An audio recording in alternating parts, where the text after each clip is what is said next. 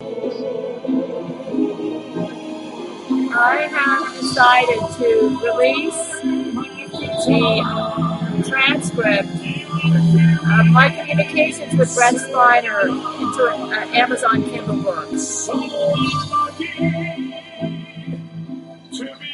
When Brent first contacted me at the beginning of July 2011, I wasn't planning on publishing, in a book, his communications with me. I was so thrilled when I heard from him back then.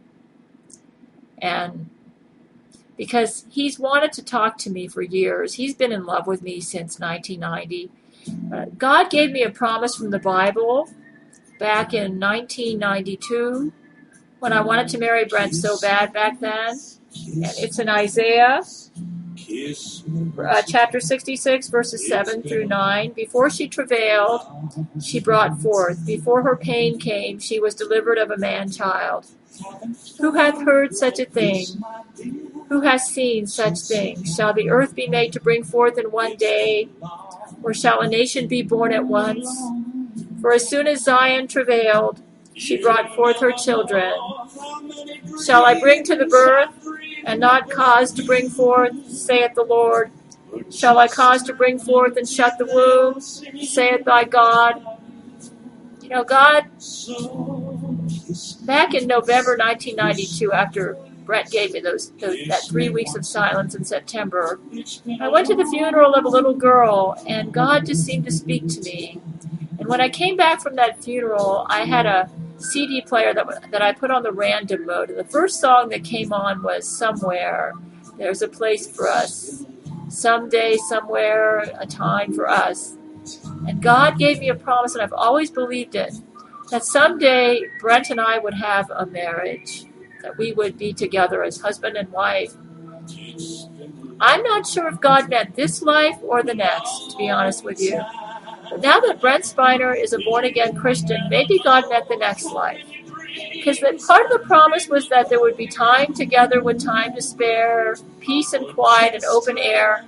And I just can't see that happening in this life. But I will always be true to Brent. I've loved him ever since 1991.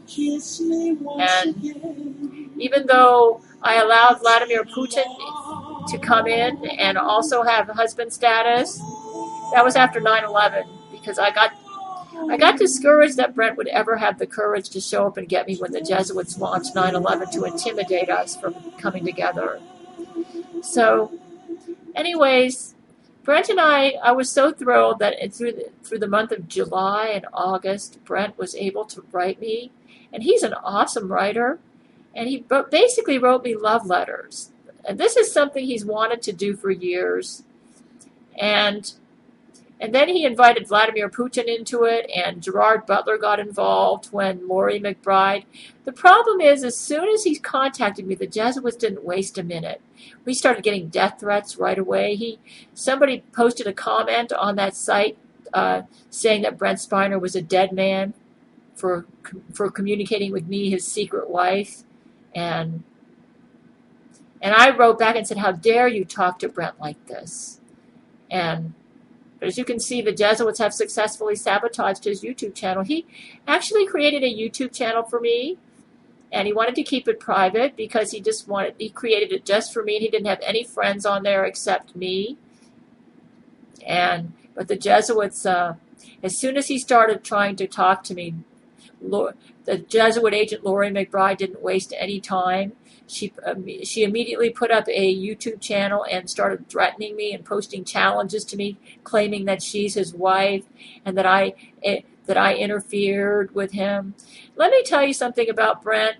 Brent has been in love with me very deeply since 1990. And I'm going to put on another song from his Old Yellow Eyes Is Back that pretty well sums up how he feels about me. This has been really hard on him. In September 1992, Laurie McBride drug-raped Brent Spiner. And though we're not exactly sure of all the details of how the rape happened, we do know that at that time, Brent and I were at the height of our relationship. He was dreaming about me every day. I was dreaming about him every day. We've had an awesome relationship, and he's never wanted Laurie McBride. You say, well, how did she manage to get such? She's a very brilliant Jesuit agent who used drug rape to gain an entrance, and then they used the Monarch Sex Kitten program. And the way it works is, we're just learning about how this program works, but they use transporter technology. And we didn't, Brent didn't even know he had a clone until after the trial. I'm the one who figured it out. Because it baffled my mind how in the world Laurie could get Brent to have aggressive sex with her during the trial when he was obviously in love with me. And the evidence for that is in this YouTube channel that he wrote me. We had quite an extensive correspondence with each other, and I've decided to publish that as BRENT SPINER'S Flames. You can buy the book for $1.50 at Amazon Kindle. I wanted to publish this book to show the world that Brent's in love with me. It's his clone that's had a relationship with Laurie McBride. And the clone is not at all like Brent Spiner. See, when Brent called me in 1991, there was such depth and feeling and sensitivity, just like you're hearing in this music. Brent Spiner is not a shallow playboy. He has depth of feeling, and yes, he has sensuality, but he's not a shallow playboy. And if you go to my website on my writings page and click on the link that talks about how Brent and Vladimir execute Laurie McBride, and you go down there and look at the photos of the clone, you see a totally different personality from the real Brent Spiner.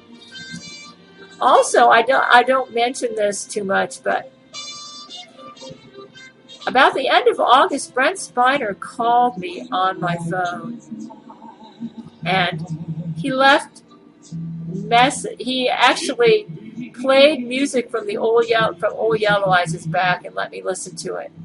And he asked me to sing to him. So I sang to him on the phone, and then he even spoke to me a little bit, and I heard his voice, and I said, Brent, I thought you weren't going to talk to me. And he said he just couldn't help it. But it was his voice. It was a high-pitched tenor voice. It was him.